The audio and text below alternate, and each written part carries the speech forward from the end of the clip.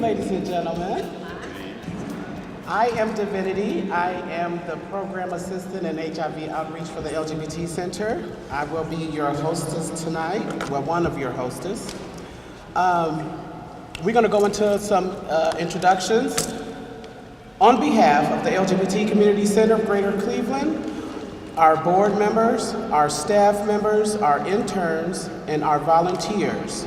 And on behalf of the City of Cleveland and the Cleveland City Hall, we welcome to the City Hall Rotunda for the annual celebration of the LGBT Community Heritage Day. You got it. There you go.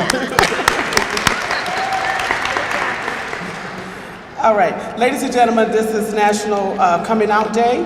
Today we are celebrating the 30th anniversary of National Coming Out Day, which is an international observed day for the LGBTQ community awareness, observed on October 11th for the commemoration of the 1987 National March on Washington for the lesbian and gay rights, which is good. Also, National Coming Out Day is celebrated for the visible of the LGBTQ community for the powers that they bring visible as creating the more equality, just security for the people. And today we also celebrate and stand for those solidarities with the members of the community who cannot be here and not able to come. And we also want them to know that they are still valid and loved. Coming out is not always an opportunity, and we want to make sure that our family members and who cannot come out know that we stand in solidarity with them. Thank you, Divinity. So, again, this is the 10th annual celebration of this event, but we got a few other things in addition to the honorees that we're going to have here today, but we got a little bit of good news that we want to start to talk about first, okay? How about that HRC Equality Index of 100?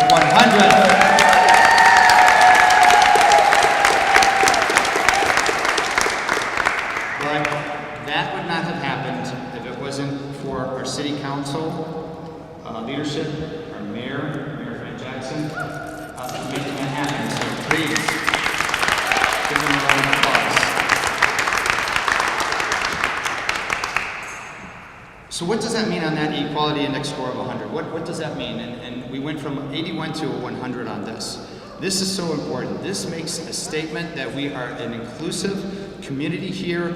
We welcome everyone regardless of who they are, who they love, and it makes that statement throughout the community, throughout the United States. I will tell you, when that came out a couple days ago, my phone rang off the hook from California, from Boston, from everywhere. People congratulating Cleveland for having that 100 HRC Equality Index score. This is where you guys applaud.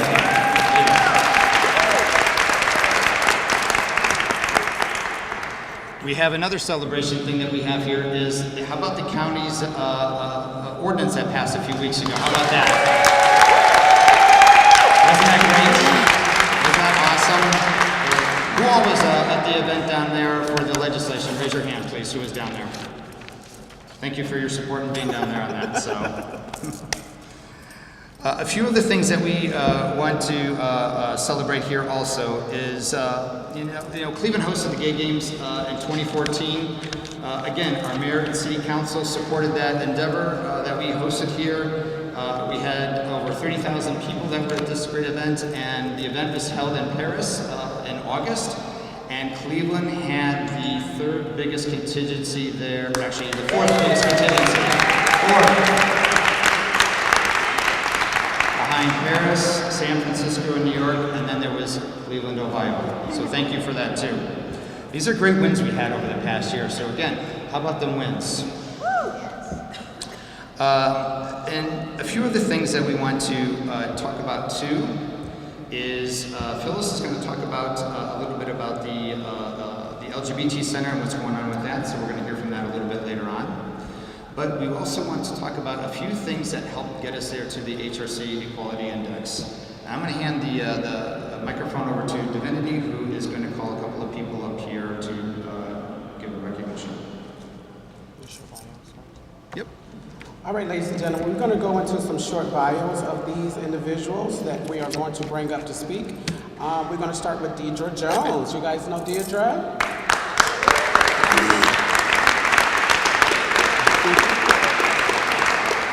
Deidre Jones is a commander of the Bureau of Support Service and also 30-year veteran with the Cleveland Police Division of Police. Her area of command includes, but not limited to, the Cleveland Police Academy, personal budget, and policy units, and she was just recently selected as the division's first ever LGBTQ liaison. Ooh, I can't see.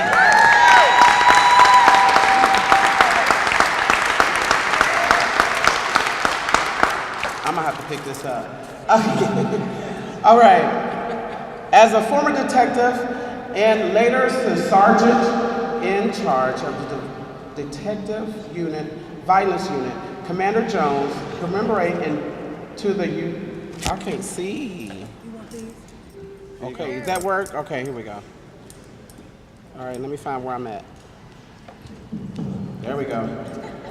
Okay, units operation in charge of the domestic violence unit. Commander Jones commemorate to the unit's operation manual and advocacy for the unit to be the premier investigator of the LGBT, gay, lesbian, bisexual, and transgender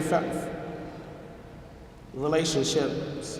Commander Jones is the first female to ever support the division homicide unit and currently acts as the administrator for the ongoing outside law enforcement agencies. As the LGBTQ liaison, Deidre's main goal is to build and strengthen relationships between the police and the LGBTQ community. To accomplish this, she aims to work on increasing requirements from the LGBTQ community to enhance and meet the police leaders in other cities to bring the best back to Cleveland, to provide education to officers, and to meet with LGBT businesses, owners, officers, community members to discuss their policy safety needs. She will also offer direct support for officers working in case involving LGBT community members who has to respectfully write reports, behave on scene, and increase with the media. Ladies and gentlemen, Deidre Jones.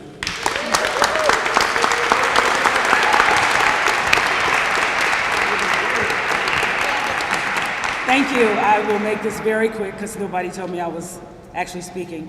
To Mayor Jackson, to President Kelly, Council President Kelly, to Kiri, to Councilman Zone. I just want to say that being here and being a liaison for the Department of Public Safety is an honor.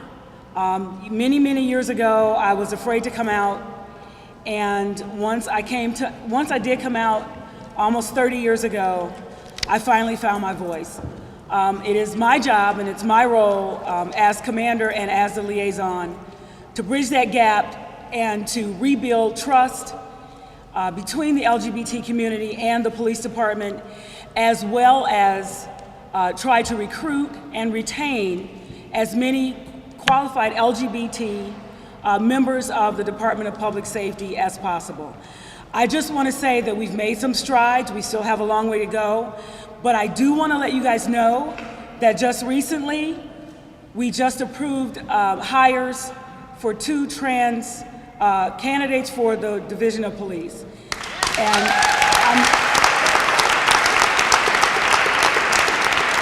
I'm very excited about it, and I just want to say that we're going to continue the work, so thank you very much. Ladies and gentlemen, one more time, Deidre Jones. All right, we're going to go into our next one, which is my counterpart, my co-MC. This is Kevin. Y'all know Kevin? Yes. Look at him. You want to just speak, or you want me to go over your bio? Oh, you don't need to go over the bio. Good. No. Ladies and gentlemen, Kevin.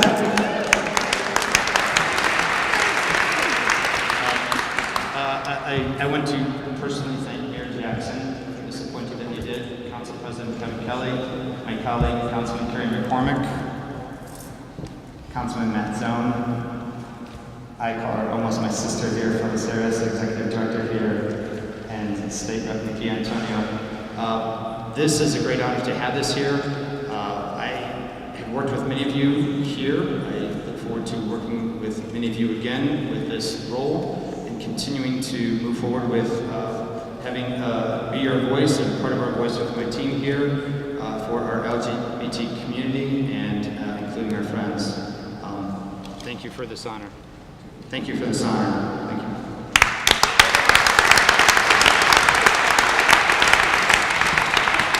All right, ladies and gentlemen, we have one more, and this one is, we saving the best for last. The last one is Sherry Bowman. You guys know Sherry Bowman? We do.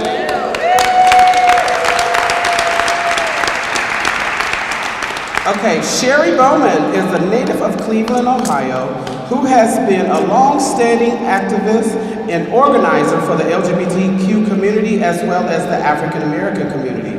Sherry became an activist involved with the variety of organizers, including the LGBT Community Center, Equality Ohio, and the City Council Human Rights Committee. As a member of the Human Rights Committee, Sherry helps shapes Cleveland's She shapes Cleveland. I can hardly see. I'm sorry. Please excuse my not able to see. Sherry later served on the board of directors for the Gay Games 9 and is a chairman of the HRC Cleveland Steering Community in 2015 for both policies and director of all of that. She does a lot. This year, Sherry is appointed by the Mayor Frank Jackson to serve as the LGBTQ representative for the City of Cleveland Community Relations Board. As a representative on the board, it is Sherry's responsibility to help build positive relationships between City Hall and the LGBTQ community at large. Sherry's goals includes creating more economic opportunities for people of the LGBTQ community who are often left behind or discriminated against in the workplace. She aims to help find solutions that will lessen the rate of violence against transgender community members, and she wants to help commemorate and the different organizations which serve on the Cleveland LGBT Community Board to maximize our impact through collaboration. Ladies and gentlemen, Sherry Bowman.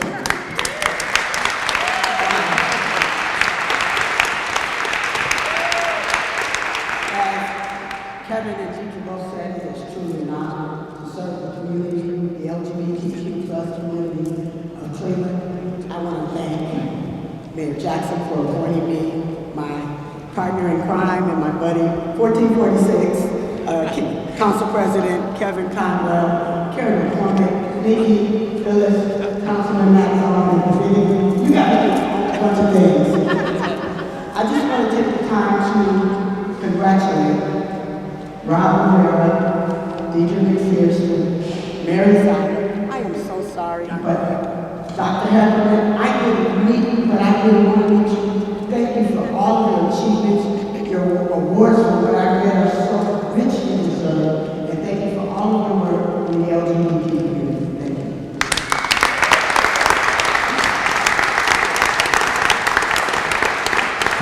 So the next portion of our program here is we want to hear from our community leaders. The first on our, we want to hear from Mayor Jackson to have him say a few words and welcome the Honorable Mayor Frank G. Jackson.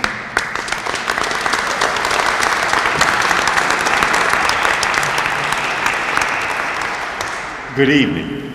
Good evening. And how are you this evening? Good. Now I want to welcome you to the Rotunda City Hall, and I want to congratulate all the people who will be recognized tonight and really thank the LGBT community for the work that you're doing. And I often say the people who have to always be on their game all the time in order to be recognized, that your work is never done, and that it's always about the next thing.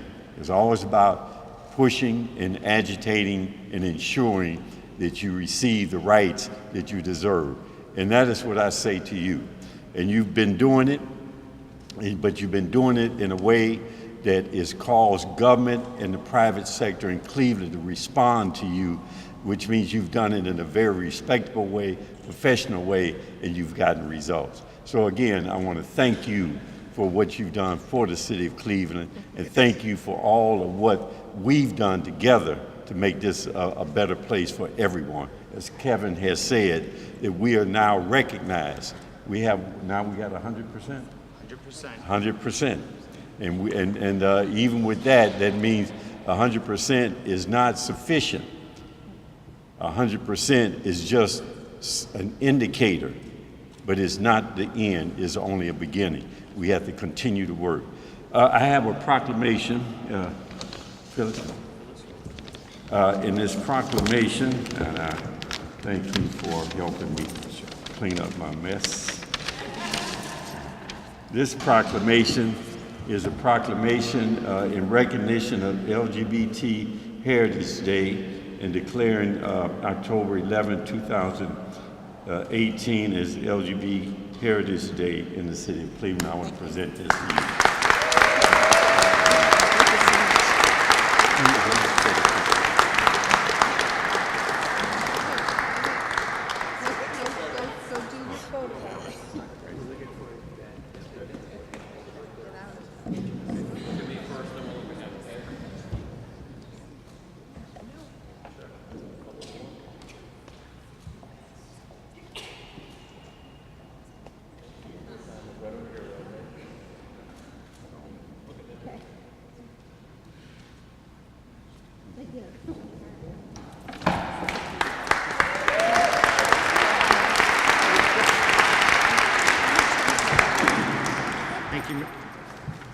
Thank you, Mayor Jackson. Shake it. Hello, hello. Uh-oh. There it is? Okay. We got it. Thank you. As my husband knows, I'm not a techie guy, so. Our next distinguished speaker is Council President Kevin Kelly.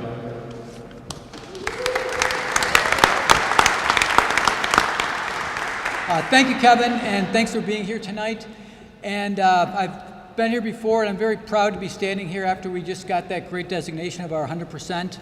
And it really made me think about what we do here in City Hall at 601 Lakeside Avenue.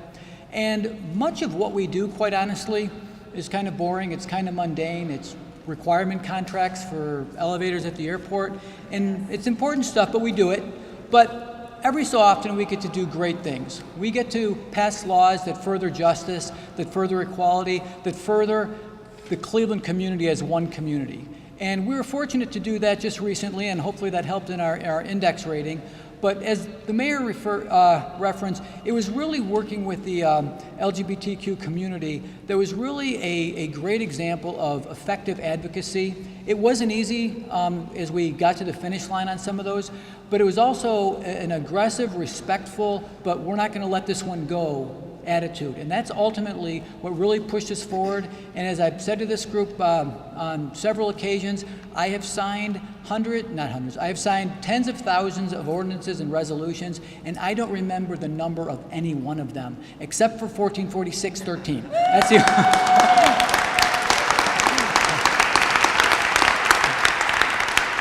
So again, while we do a lot of boring things, we also have an opportunity to promote justice, to move forward. And, you know, as I look back on my career, whether it's, 20, 30 years from now, I will really, those are the things I'll remember is what did we do? What did your government do? What did we do as a community to further justice, to further equality? And I'm happy to have served with everybody on the stage up here and everybody that's in the room here tonight to further these goals. And we're not, as the mayor said, we're not done. We're just getting started. Cleveland City Hall is open and welcoming, and every member of our community is valued. So thank you for being here. I am going to exit stage my left. No disrespect fact, my baby is 16 tonight, so I've got to go join her. But thank you all very much. Thank you so much. Take care of that baby. All right, ladies and gentlemen, I'm pleased to announce our next is Representative Nikki Antonio.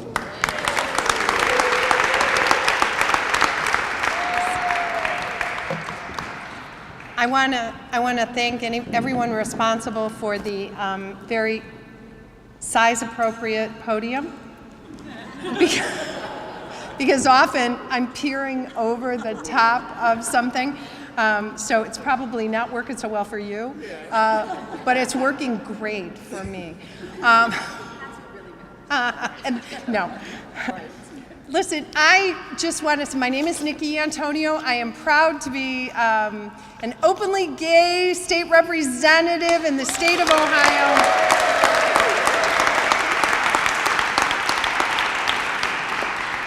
I kind of like the term, I'm a lesbian legislator. I see that on the t-shirt. Yeah, okay. And on National Coming Out Day, what better day to acknowledge some wonderful, absolutely fabulous leaders in our community.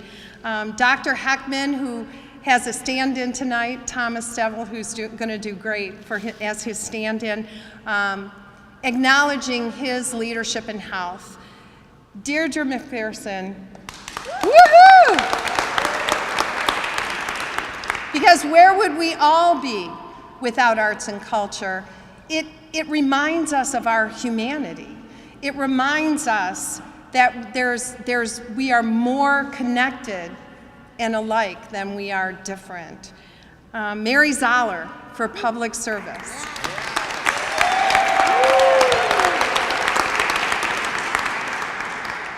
Mary Zoller has put the public in the word service. Because she has done so much in so many different ways to contribute not only to the LGBT community, but also to the community at large. And somehow she's managed to connect us together. And that's what leadership does, right? So it's so wonderful that she's being recognized tonight. And then there's Rob Rivera for advocacy and activism.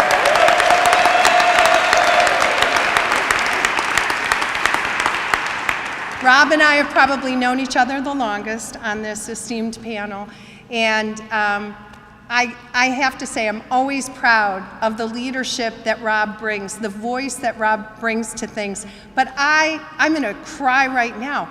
I couldn't have been prouder, if he was my own son, than when he stood up at County Council and told them what for.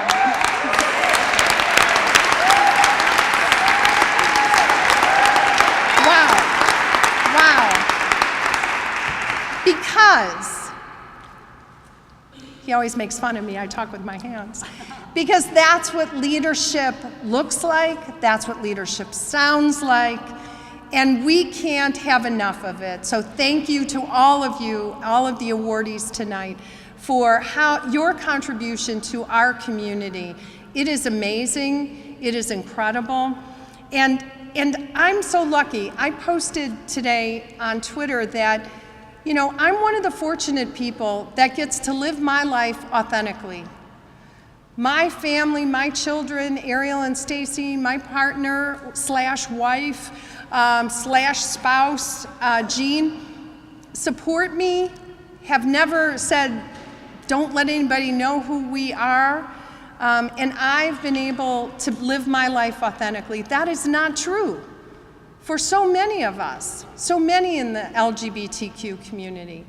And so on days like this, it's a reminder to us that we have so much work to do. We can celebrate our leaders, but we have so much more work to do until absolutely every person in the LGBT community can feel safe, that it's okay for them to be their authentic self. And until that happens, We got some work to do. And in the words of Glinda the Good, someday, we're going to be able to heed the call that she said when she said, "You can all come out now." Thank you.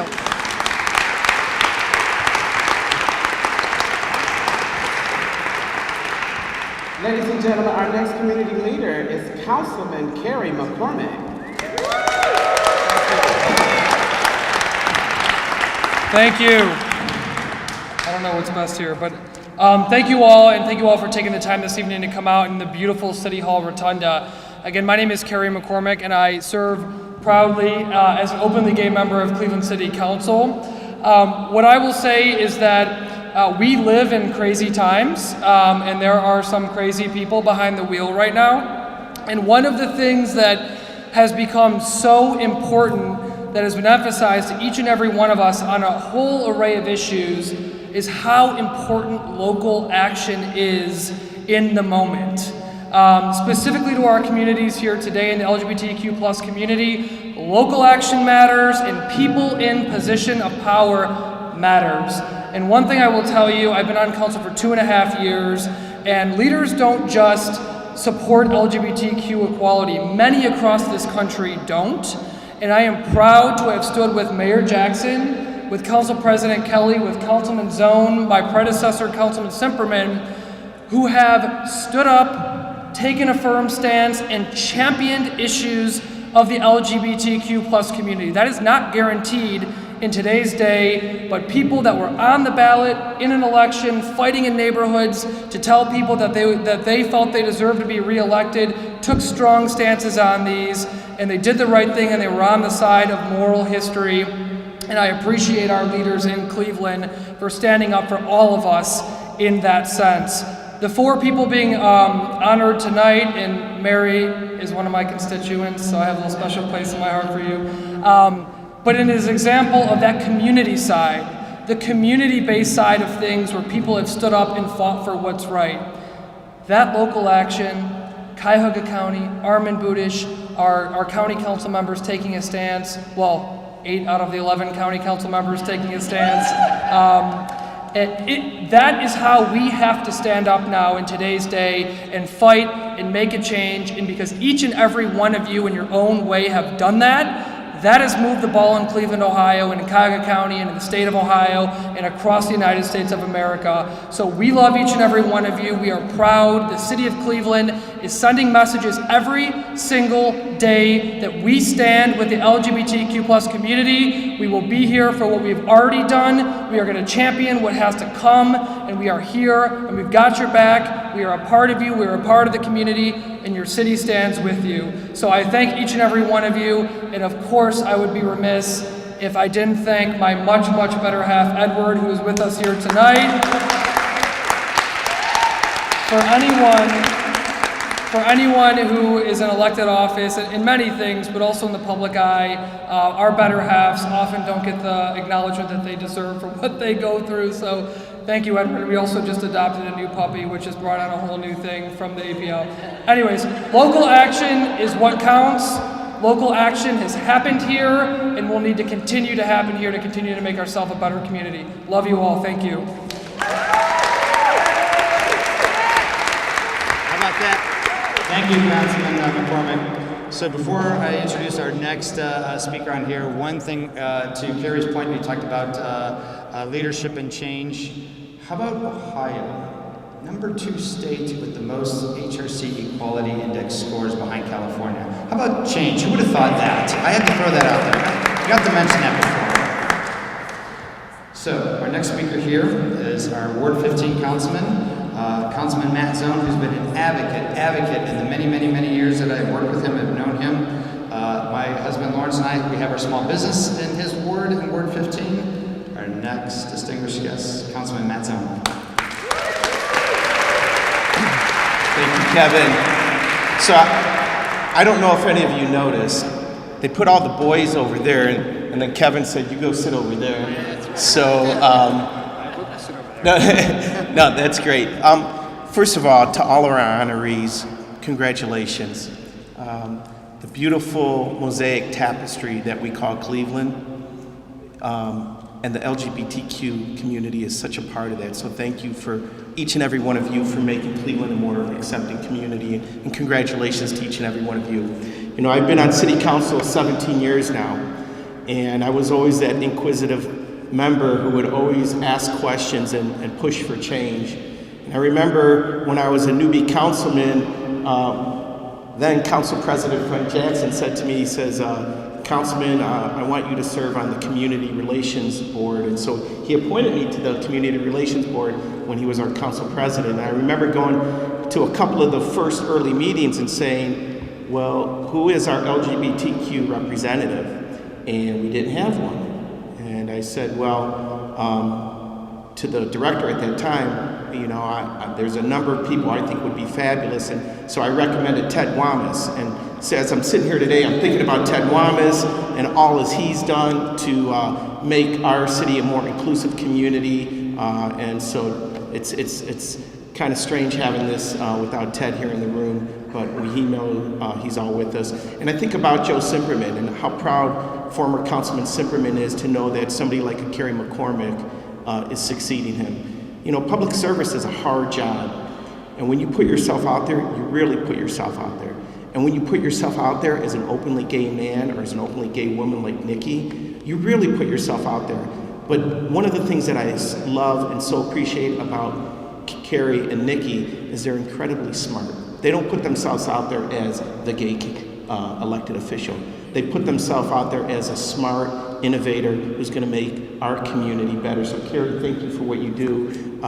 It's wonderful to have a strong partnership, the council with the mayor's office. And Mayor Jackson has always been an ally and has always been in our corner. And so I so appreciate what Mayor Jackson has done for our city. So you've heard enough of me, but I do want to say that in Ward 15, we are incredibly diverse. I'm really looking forward when we can cut the ribbon, Phyllis, on the new LGBT center on Detroit Avenue.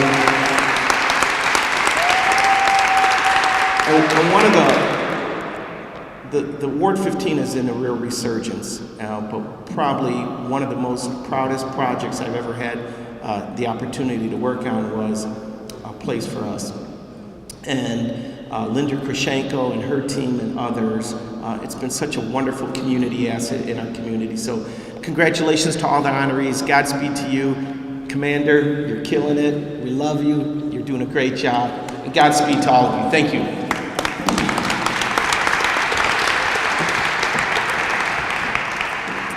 Ladies and gentlemen, it gives me great honor to announce our last community leader, which is my friend, my mother, and also my boss. This is Phyllis Harris.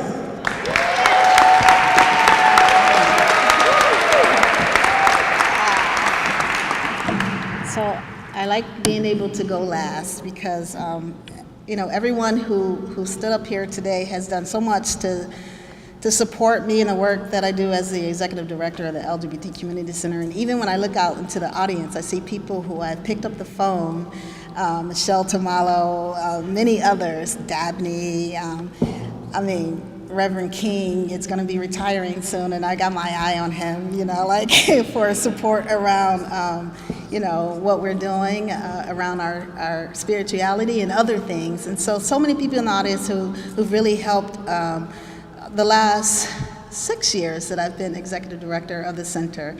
I want to say a few things. The first thing is I want to acknowledge the honorees, and I think we did a really good job, you know, this year of trying to promote LGBT Heritage Day and get people to nominate, and, you know, hands down, you know, they came in fast and furious with the support of Tom Stiebel saying, make sure you let people know to nominate. And so, you know, our winners, you know, Dr. James Heckman, you know, our winner, you know, Mary Zoller, our winners in our community, our amazing people. Rob Rivera just blows me away. Like I can't, you know, like there's times when I'm looking for a certain voice And there's so much propaganda and there's so much rhetoric. I know that if I go to Rob Rivera's Facebook page, I'm going to get the voice that helps soothe and helps motivate me to keep doing what I do and feeling like and remembering that I'm an activist. And so great, amazing individuals. And I cannot tell you how pleased I am to be here and know that my dear little sister and friend, Deidre McPherson, is being represented tonight because there are many of us who have been out and proud in doing this thing, and many times in Cleveland not being recognized. So that is the Deirdre Joneses, that is the Sherry Bowmans, that is the Deirdre McPhersons, that is the Dabney Conwells, we are here, and so we are part of this community, and we're showing up in Divinity and others. We're showing up in Luz and other people of color, women of color, who are showing up in this movement, and we're here. We're part of your community, and we're ready to get this done. So I wanted to say that. The other thing that I want to acknowledge is the work of pulling this event together every year is, a little bit of a task for us. And so Chris McNulty has been new to our staff, less than 6 months, and he has done an amazing job working with, yes,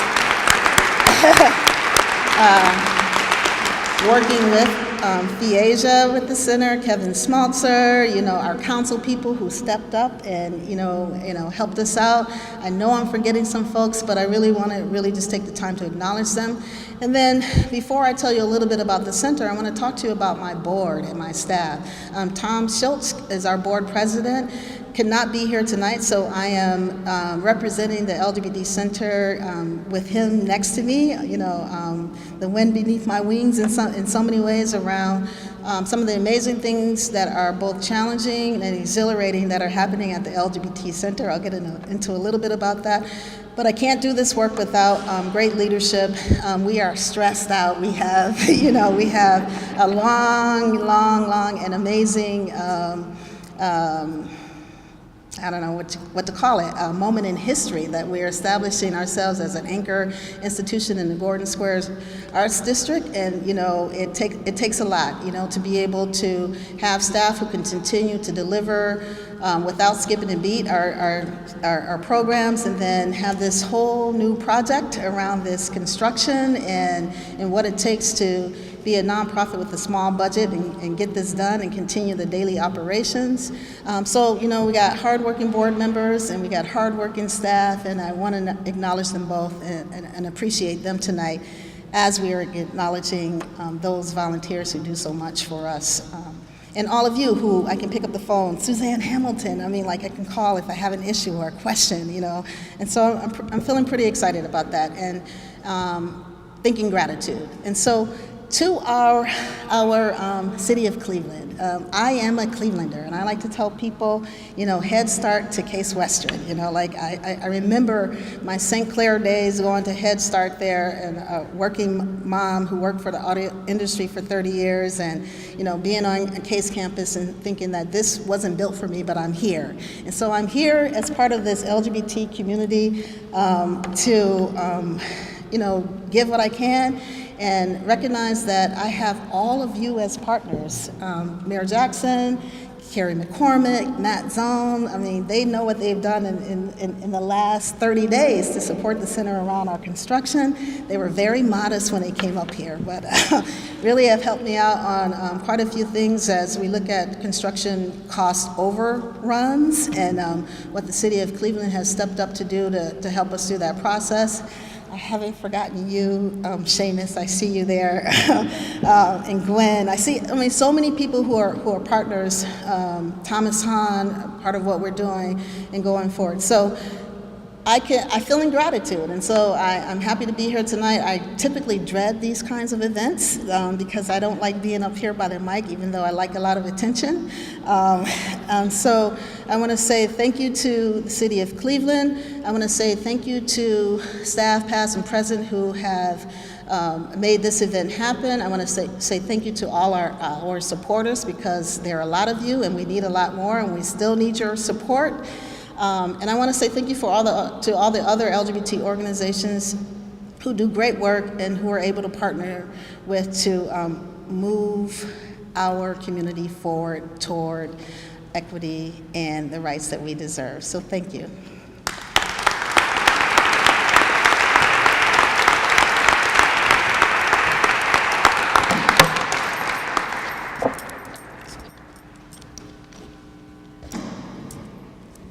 Okay. Ladies and gentlemen, we're now ready to go into our award ceremony. We are going to ask if any of our past awardees are here. Could you please stand so we can give you a round of applause?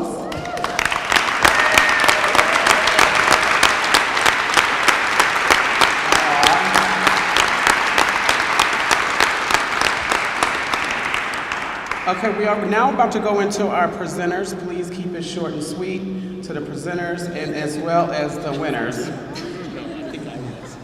Okay.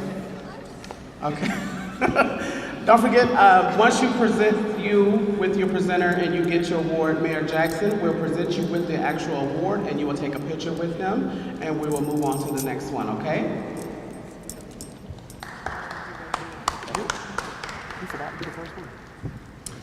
Okay, so the presenter is Daniel Siegfried to present for activism and advocacy. Daniel, please step forward.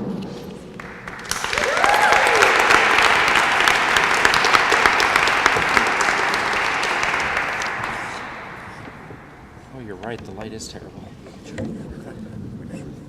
All right, I'm gonna try and do this without holding the mic, but it is my privilege and my honor on behalf of myself and the board of the Stonewall Democrats to present the LGBTQ plus Heritage Day Award for Advocacy and Activism to my husband, Rob Rivera. Rob is a lifelong resident of Northeast Ohio, born and raised in Niles, Ohio. After graduating from Youngstown State University, he moved to Cleveland to begin his teaching career in Maple Heights School District. He taught there for 3 years before accepting a position at Solon High School. In 2000, he made the decision to pursue a law degree and moved to Columbus to attend the Ohio State University. In 2003, he moved back to Cleveland, where he worked with a major law firm until in 2006, he decided to follow his heart and his passion and returned to teach at Solon High School, where he still teaches, coaches the mock trial team, and is a leader in leadership of his teachers union. Rob is one of the kindest, most selfless individuals you will ever meet.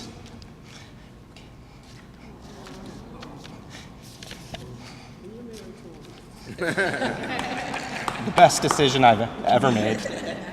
As an out public school teacher, Rob has impacted the lives of thousands of students over the past 20 plus years. He took the risk of being an out teacher, allowing students to know they have someone they can look up to, and while providing a safe environment for them to be themselves. As an activist, he has worked to educate, endorse, elect, and hold accountable pro-LGBTQ plus public officials across Greater Cleveland, which has led to the enactment of ordinances, laws, and charters providing for LGBTQ plus protections. The work Rob has done in Northeast Ohio has always started in the classroom and has expanded to a significant role of LGBTQ plus activism and advocacy, primarily in the political arena. Rob's impact and contributions are numerous, but there are a few I wanted to highlight today. In 1995, Rob was instrumental in the formation of the Northeast Ohio chapter of GLSEN. Rob frequently speaks and offers guidance to the Gay Straight Alliance at Solon High School. He has been president of the Cleveland Stonewall Democrats since 2010. He brought together leaders of Northeast Ohio affinity groups to form a coalition that has promoted LGBTQ plus issues among women's and minority organizations, increasing their joint impact on political and civic change. Rob has worked to strengthen partnerships with Equality Ohio, allowing for a robust exchange of information and ideas, as well as initiating more targeted efforts. This has enhanced the ability to collaborate and achieve faster, more effective outcomes. Over the past 2 years, their unprecedented partnership has advanced the rights of so many, not only in Northeast Ohio, but across the state of Ohio. Over the past 10 years, the relationships Rob has cultivated with many people on this stage and the work he has done to educate and meet with local elected officials has directly led to the advancement of LGBTQ plus rights in Greater Cleveland. The countless hours, which I can attest to, emails, phone calls, endorsement interviews, face-to-face conversations, and testifying at hearings to discuss LGBTQ+ issues and the importance of passing employment, housing, and other non-discrimination laws has directly improved the lives of the LGBTQ+ community and all residents of Northeast Ohio. I firmly believe that one of the reasons Cuyahoga County has so many communities willing to pass and enact ordinances that protect the rights of LGBTQ+ people is because of the work Rob Rivera has done. The reason that so many elected officials have supported these ordinances, withstood community backlash, and pushed their city councils to vote on the right side of justice and equality is because of the education, campaign assistance, model legislation, and hours of encouragement they have received from Rob Rivera, his board, and their volunteers. With the passage of the Cuyahoga County Human Rights Ordinance last month, more than 1.2 million people, let that sink in, 1.2 million residents have been impacted by Rob's work when their LGBTQ+ friends and loved ones were granted non-discrimination protections.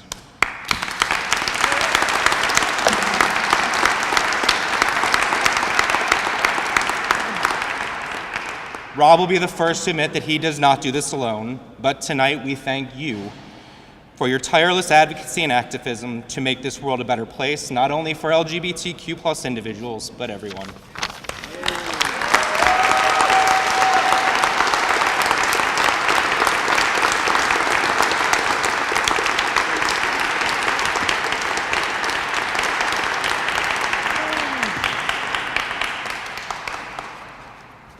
Thank you. So, first of all, thank you for this honor. To share the stage and this evening with so many amazing people is humbling, and to know the people that came before me receiving this award is humbling. So I want to thank Phyllis and Chris and the center staff for their leadership and work on this, the City of Cleveland's leaders and the staff that made this event happen. Receiving an honor like this really makes you reflect, and believe it or not, I'm not so comfortable talking about me, so instead I decided to talk about you. The amazing, beautiful community of people in this room and those who aren't here with us who have enabled me to do what I do and my organization to do what we do and our allies. And when I think of you, I think of gratitude and pride, two pretty powerful emotions. None of us do what we do in activism or work in the community without a support network. And for me, mine certainly starts at home with my amazing husband, Dan. Your support and loving arms have been there for me through successes, frustrations, and everything in between, and I love you and Max tons. I'm also grateful for my Stonewall Dems board, who really are my family for the past 14 years, so I'm going to ask them to stand up and just give you my love for everything that you've done. Past members as well.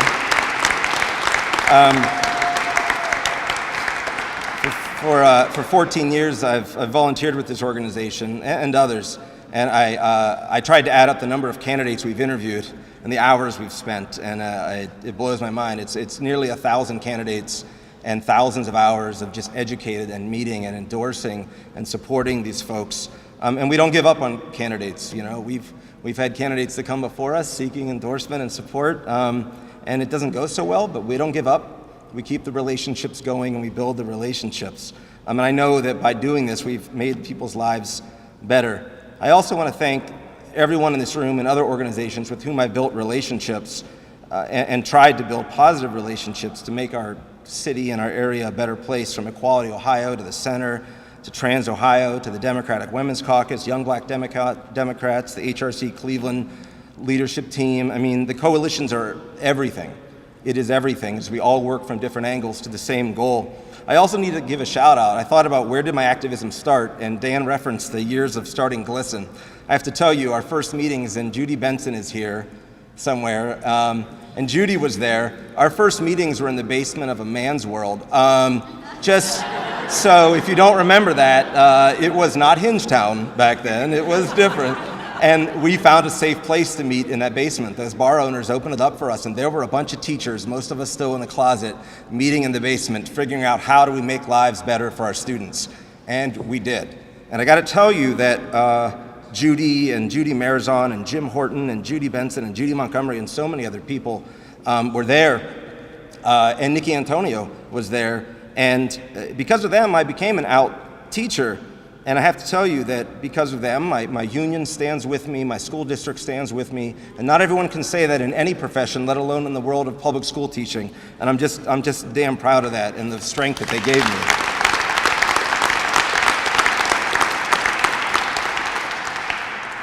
I'm of course grateful for my family. I was very fortunate to have been raised with a loving family and married into a loving family.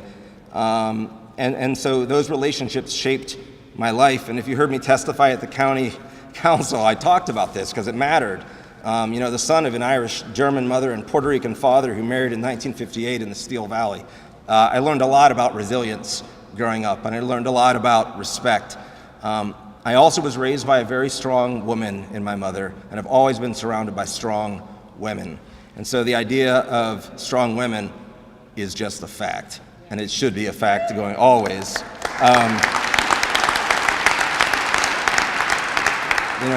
She grew up Steel Valley tough, which I know Councilman Blaine Griffin, who's also from the Valley, recognizes. And I thank her for the gift of political activism, because it was her that dragged me at age 17 to the Steelworkers Hall 2 blocks away in Niles to make phone calls for a guy named Michael Dukakis. And there we were with rotary phones still, and probably got hung up on, because back then there's no computers to pre-dial or anything, and I got hung up on who knows how many times, but I talked to a few people, and thanks Mom, because I got hooked. I was hooked at that point. On the flip side, from my dad, I definitely learned the gift of passion and empathy. My dad came up from poverty in Puerto Rico, through New York City, very West Side Story. Just probably helps explain my love of musicals. He came up through the Air Force, got shipped off to Ohio, where he married my mom. My dad taught me to respect everyone, treat everyone with dignity. I can remember being a boy and we'd go to the stores at the Eastwood Mall and he would see workers with name tags and he always called them by their name tags. I was so embarrassed as a little kid. What are you doing that for? And he told me why he did it. They have names, Rob. These are people. These are workers. And so we lost him 24 years ago, but his voice is always in my head, telling me that the life you live has to be a life that people are better for knowing you. He said, ask yourself that. Are people better for knowing you? Every day when you meet someone. And so that's the voice in my head. So I encourage you to have Ed Rivera's voice and ask yourself, are you better? Voices are good, right? So I'll end with pride, because I said gratitude and pride. I am proud of what we've done. I am proud of the change we've made. I'm proud of the relationships and friendships I've built in this room and beyond. I'm proud of leaders that we've helped to support and elect, and who we've educated, who we've brought along the way, who we've stood behind. I'm proud that we've elected pro-equality majorities in communities, and then we're able to hand them off to our advocates in Equality Ohio, who then pick up the legislative policy side of it, and it's this beautiful relationship, and then the center and HRC and other groups bring out the folks to show up and testify and volunteer, and it's a beautiful relationship. We've elected, city councils and executives, hopefully a governor, and U.S. representatives and senators, right? These people need to be with us. And so in the end, it's all about relationships. So build them, build relationships, do the hard work. It's grassroots, it's hard work, but it's lasting, and that's the only change that lasts. So I love you all. Get out there, work hard, don't give up the fight, and thank you again for this opportunity.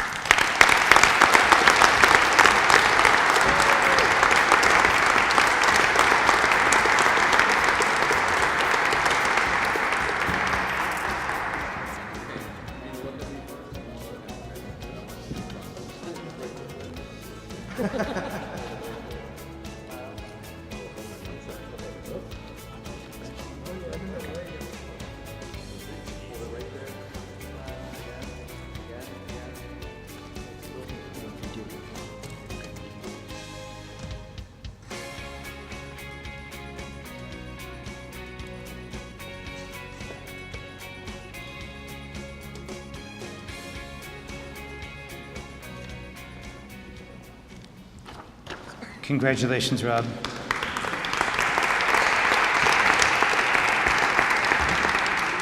Our second of forum, this is Arts and Culture. Please, the presenter, Tara Beverly, and the honoree here would be Deirdre McPherson.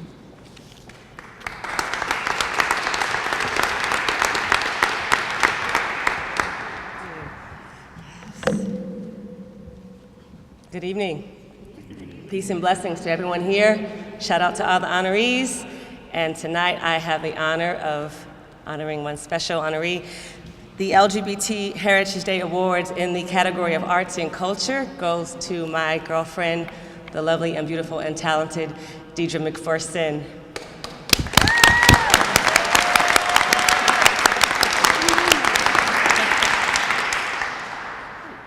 She's an amazing human being, someone I love very much, and if you would be so kind, I'd like to list out just a few of the awesome things that she has done, is doing, and will continue to do in the beautiful city of Cleveland.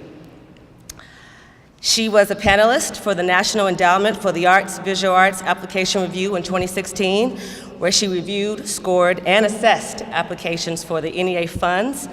And she also founded and operated Sister Cinema Cleveland in her spare time from 2012 to 2016. And Sister Cinema was a monthly movie night that was created to showcase, the nuances of queer women of color culture through film and dialogue, and it was widely received, and people still talk about it to this day and want it back. In 2014, she was dubbed the most interesting people list Cleveland magazine. It's still on the internet. I watched it several times. She was a juror for the Cleveland International Film Festival in 2015. She is currently a board member at Spaces, and Spaces is the home, or was the home of Sister Cinema for several years. She joined the staff at MoCA Cleveland as their first curator of public programs, where she developed and organized exhibitions-inspired programs to connect audiences from all over. And she was very successful at that. And currently, she is the Department Director of Public Programs at the Cleveland Museum of Art, where she is truly diversifying audiences and making it a place for everyone. Last week, she held Remix, and it was very awesome. And I moved to Cleveland last year, and she's also a great tour guide and a lover of this city, and has just really been a role model. And I love you very much. And without further ado, please honor Deidre McPherson.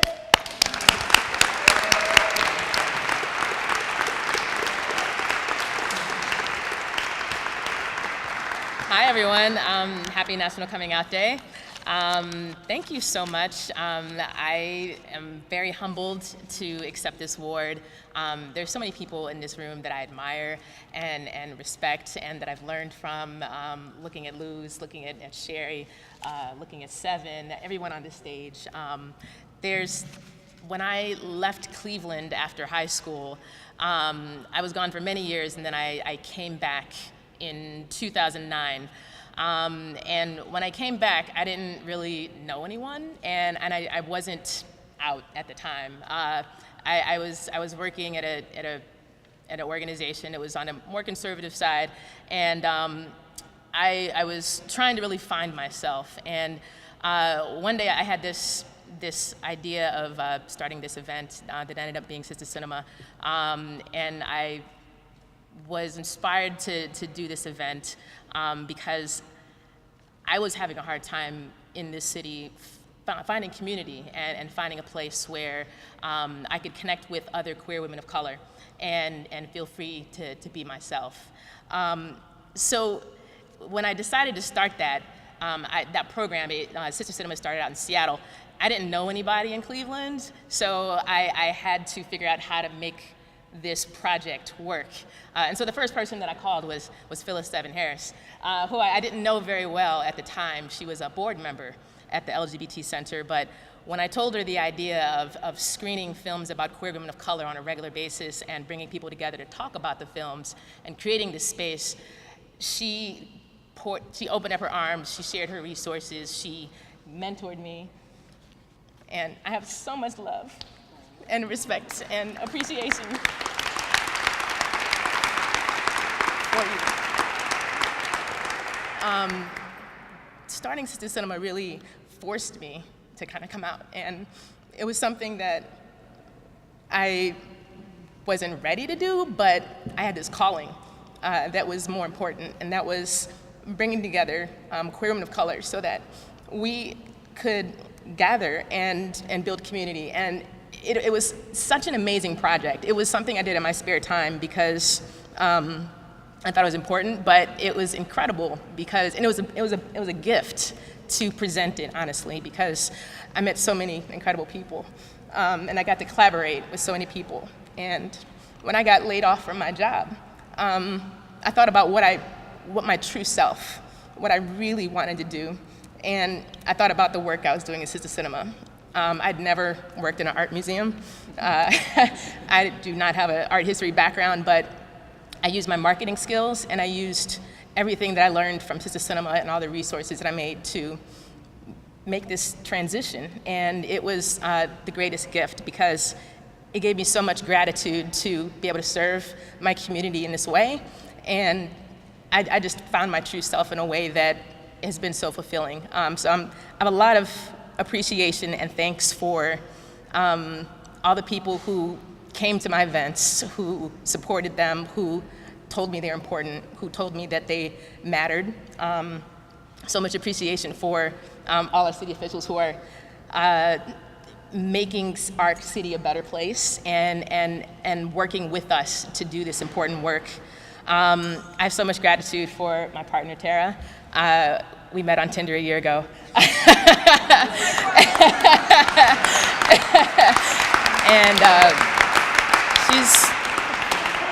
And that's not embarrassing at all. And she's been my best friend, and she's been a supporter and a lover and someone who champions me in everything that I do. I think my parents, who were supposed to be here tonight, but they're a little exhausted coming from the east side, but my parents, I know, you think it's not that far.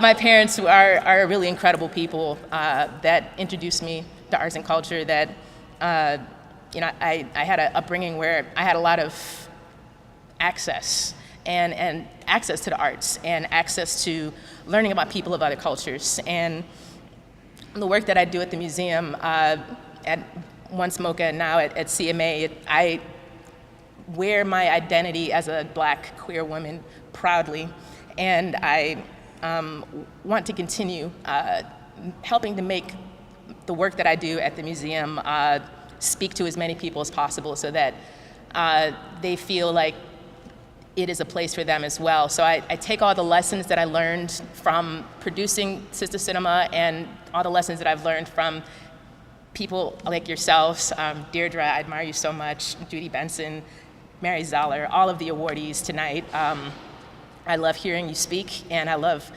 watching your successes, and I continue to support everything you do. And thank you so much. Yeah.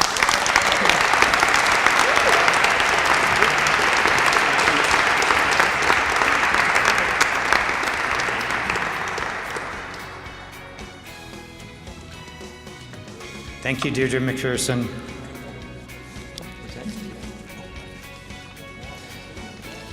And if we can have our next category is health and wellness. We have the presenter, Tom Stevel, if you will please step forward.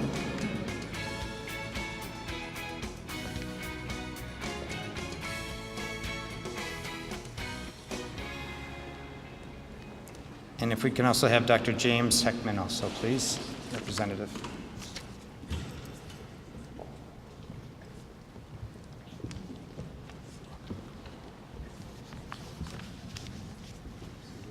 Testing.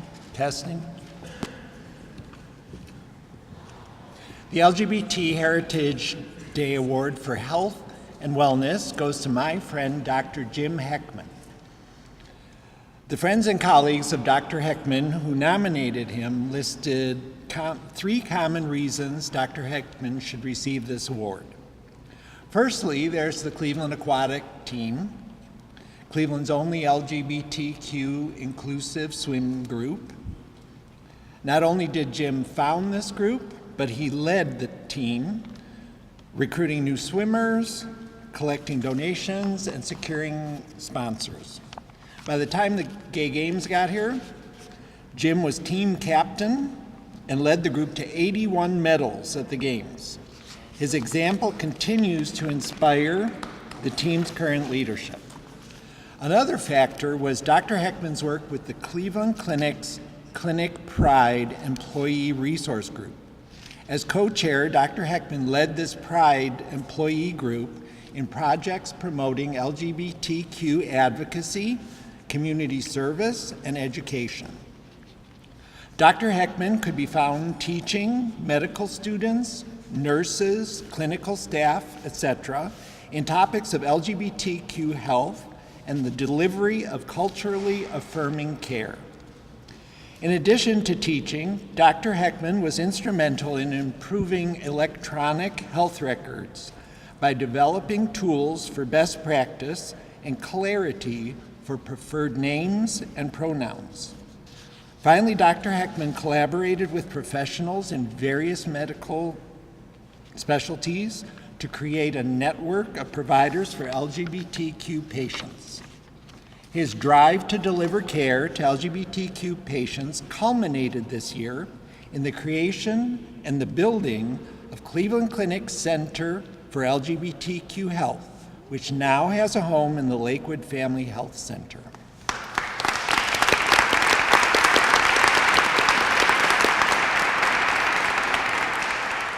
The LGBT Clinic aims to eradicate long-standing health disparities while furthering the care, research, and educational goals of the Cleveland Clinic enterprise. What Jim wrote on his Facebook wall today speaks volumes, if you'll allow me to read that. It has been my life's work to break down barriers to care for our LGBT friends and family. We are making progress in our clinic in the promotion of mental health and reduction of suicide rates, treatment and prevention of infection, cancer screening, and the provision of primary care in a welcoming, respectful environment. We thank Dr. Heckman for the brave steps he took and continues to take in leading to equal care for all patients and creating new pathways of care for our community. Unfortunately, Dr. Heckman could not be with us tonight, as he and his team are presenting at the Gay and Lesbian Medical Association's annual conference, the largest LGBT health professionals meeting in the world. Here to accept the award in his honor is Peggy Gallagher, RN,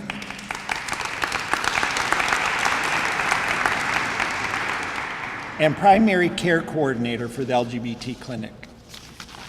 Peggy?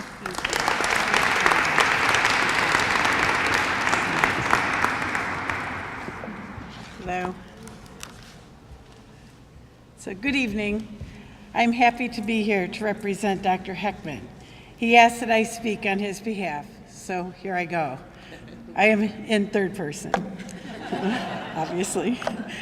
I regret not being able to attend today's important celebration of the contribution of the LGBT community to the city of Cleveland.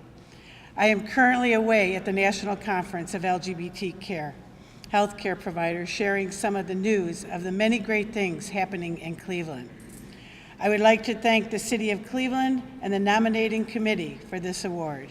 It really does mean the world to me. Of course, no accomplishments like Cleveland Clinic Center for LGBT Care is accomplished alone. This has been a group project, a labor of love for so many. From its inception, there have been many who have been key to its success.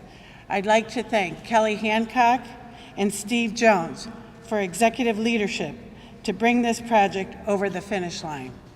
Brad Fellows and Marjorie Mazo for your organization and operational know-how. Nico Houghton, Bridget Mansell, and Vanessa Jensen for your leadership of the Clinic Pride Employee Resource Group, which helped provide structure to this idea. Tina Reed for your activism on behalf of the transgender community. Cecile Unger and Marat Altanay for your passion for the well-being of our transgender patients. Jules Cartaya and Jason Lambries for efforts to develop a pediatric transgender program. Liz Dimmock and Richard Harlan for your commitment to the care of the lesbian and bisexual patients. Michael Roses, Michelle Inkster, and Katie Dunlap for your excellent care for our gay and bisexual patients. Last but certainly not least, a huge thank you to me, Peggy Gallagher, for your unfailing commitment to our patients with HIV and AIDS, and for accepting this award for me today. Thank you.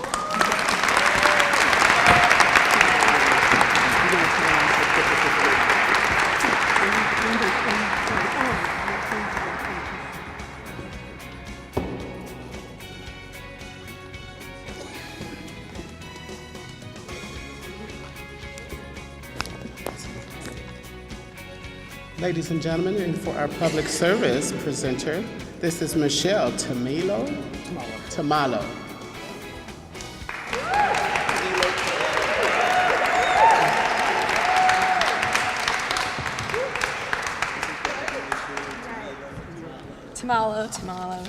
how is that? Hi, everybody. I'm Michelle Tamalo, and I'm the board president of Plexus, which is the LGBT and Allied Chamber of Commerce. But my most important title is that I am a huge fan of Mary Zoller.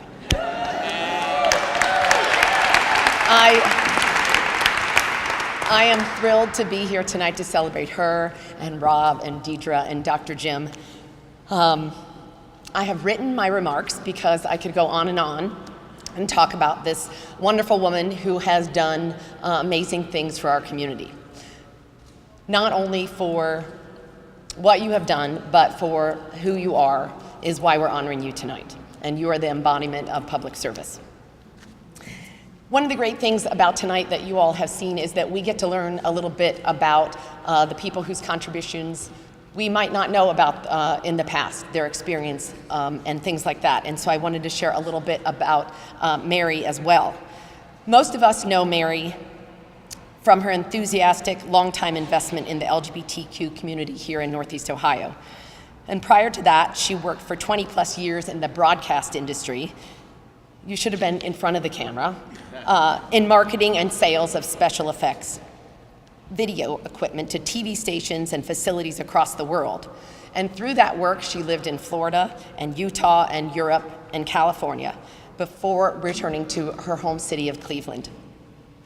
24 years ago with her partner, the beloved Mary P., who is now her wife, whom she met in LA. In moving to Cleveland, Mary translated her relationship building skills to the land of nonprofits. I like to call it the magical land of nonprofits. And she's been selling equality for 14 plus years, mostly in Ohio, and has developed a national and international reputation through this involvement. Mary was Director of Development at the LGBT Center of Cleveland from 2003 to 2010, and was also interim executive director twice.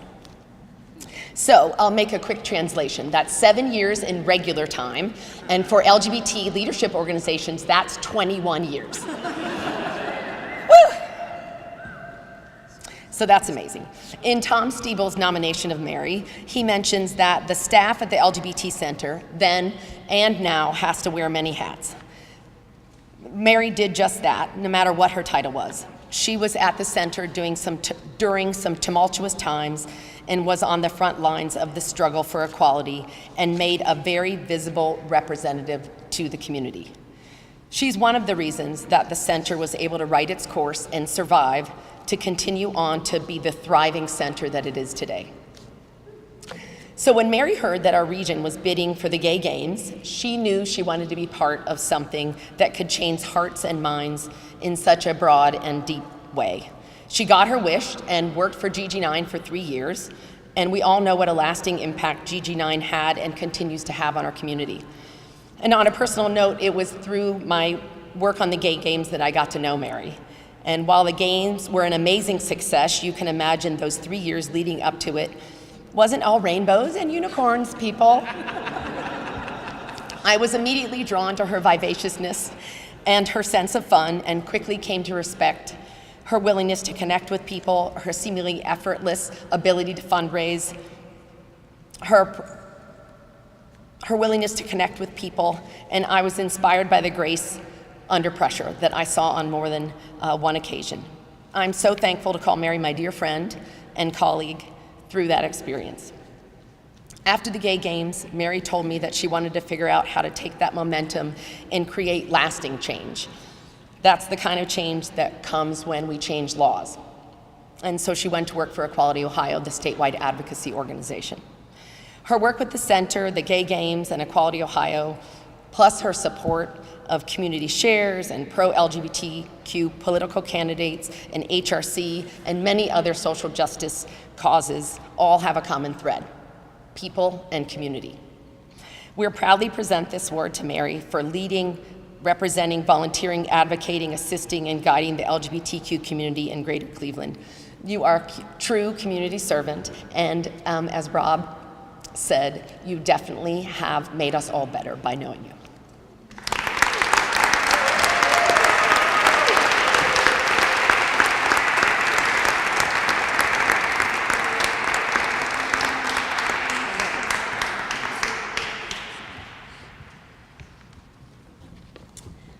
Wow. Hi, everyone. Thank you, Michelle, so much.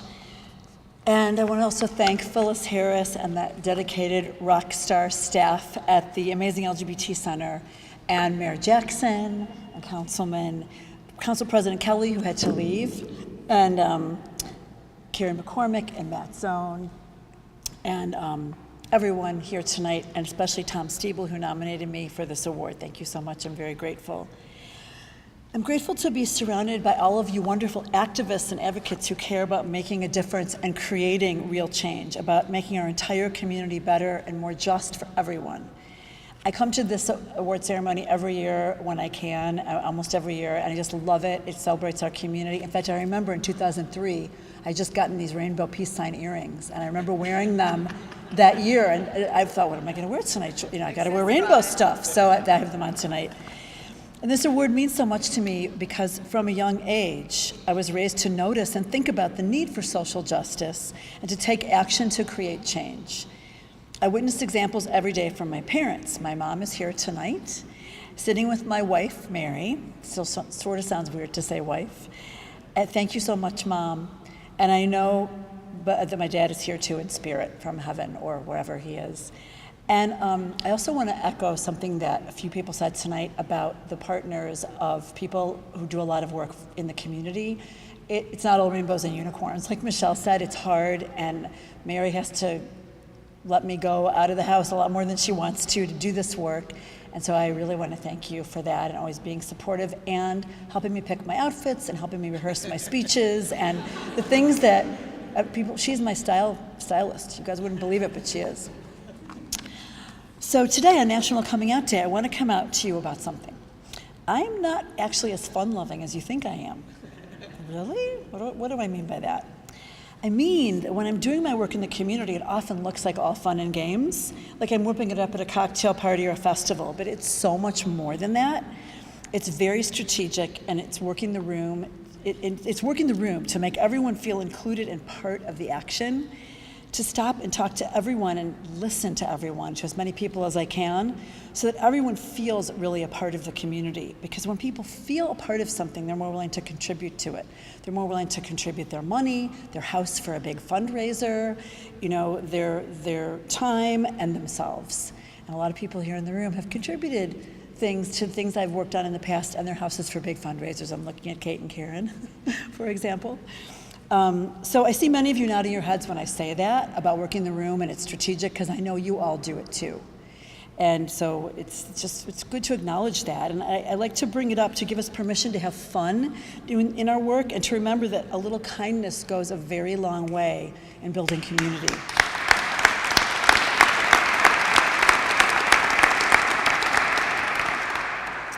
So I've learned so much from all of you, from this community of grassroots activists. I've learned to challenge the status quo, to question and analyze my inner thoughts, to stretch out of my comfort zone, and to grow. Just today on Facebook, Phyllis posted something, and I was like, wow, I always learn from her especially. And I could have easily gone the way of many of my schoolmates, white, middle class, well-educated, well-meaning, but unaware of our privilege. Unaware of what people might be going through right next door, and therefore unaware of the responsibility to take action, when we have privilege. But now is the time we need to take action more than ever. It's never been more important to speak up, stand up for, and protect. And I'm so proud of all of our work, proud that we strategically connect and intentionally collaborate. And we work so hard every day to make a difference, to create change. We put our heads down, we put ourselves out there, and we do all the hard stuff. And when we lift our heads up and look around, what we see is a better community for everyone. Even for the people who fight us at every turn, we're making things better for them too. We may make it look easy on social media, but it ain't easy, and I don't have to tell anybody in this room that. I can't tell you the amount of times I've marched in a pride parade and then all sweaty, driven down to Columbus, to a gala, changed clothes in a gas station bathroom off I-71, seriously, or safety pinned together an outfit for a donor event minutes before having to make an appearance. It's not easy. I feel so grateful to have been raised by this community of activists for the past many years. 3 organizations in particular have shaped me, as we've discussed: the LGBT Community Center, which simultaneously has been a safe haven and a change agent for over 40 years. The Gay Games, which brought thousands of people from all over the world and helped open the minds of our entire region in ways we are still experiencing. And Equality Ohio, where I continue to proudly serve, which is working to change hearts, minds, and legislation to make our whole state safe and fair for all people. How much richer I am, we all are, because of this amazing rainbow of people that we might never have had the chance to meet otherwise through this community. And we still have so much more work to do. So I'd like to end by acknowledging some of our community activists that have recently left us. Dave Ream, Beth Zone, Buck Harris, and my friend Diane Pyrus, whose jewelry I'm proudly wearing tonight. Thank you. And ask that we give ourselves a round of applause for being the kind of community that raised those people, and that raised me, and that raised all of you to bring out your activism, and that continues to raise leaders to make our community and the world better. Thank you for this honor. I'm so very grateful to be part of this community.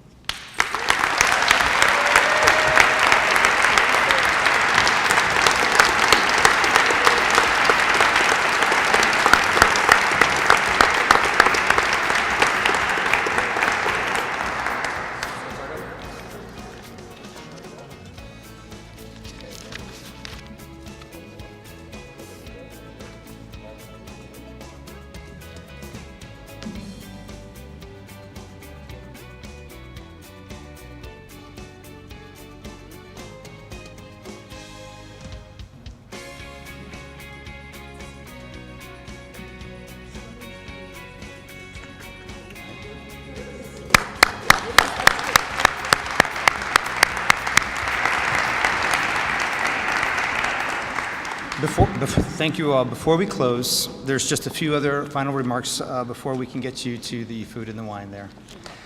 We want to thank Bob Safara from Culinary Occasions for providing this wonderful food and appetizers that he donated. So Bob, please stand up. Thank you. We also want to thank Mansfield Fraser, who also provided the wine and the beverages here. He is not here. I do not see Mansfield Fraser, but please thank him also for providing that also. And as you all walked in the door, you also heard some amazing music by Kate Robarge. I hope I pronounced that correctly. She is our cellist. Would you please stand? Thank you for a round of applause.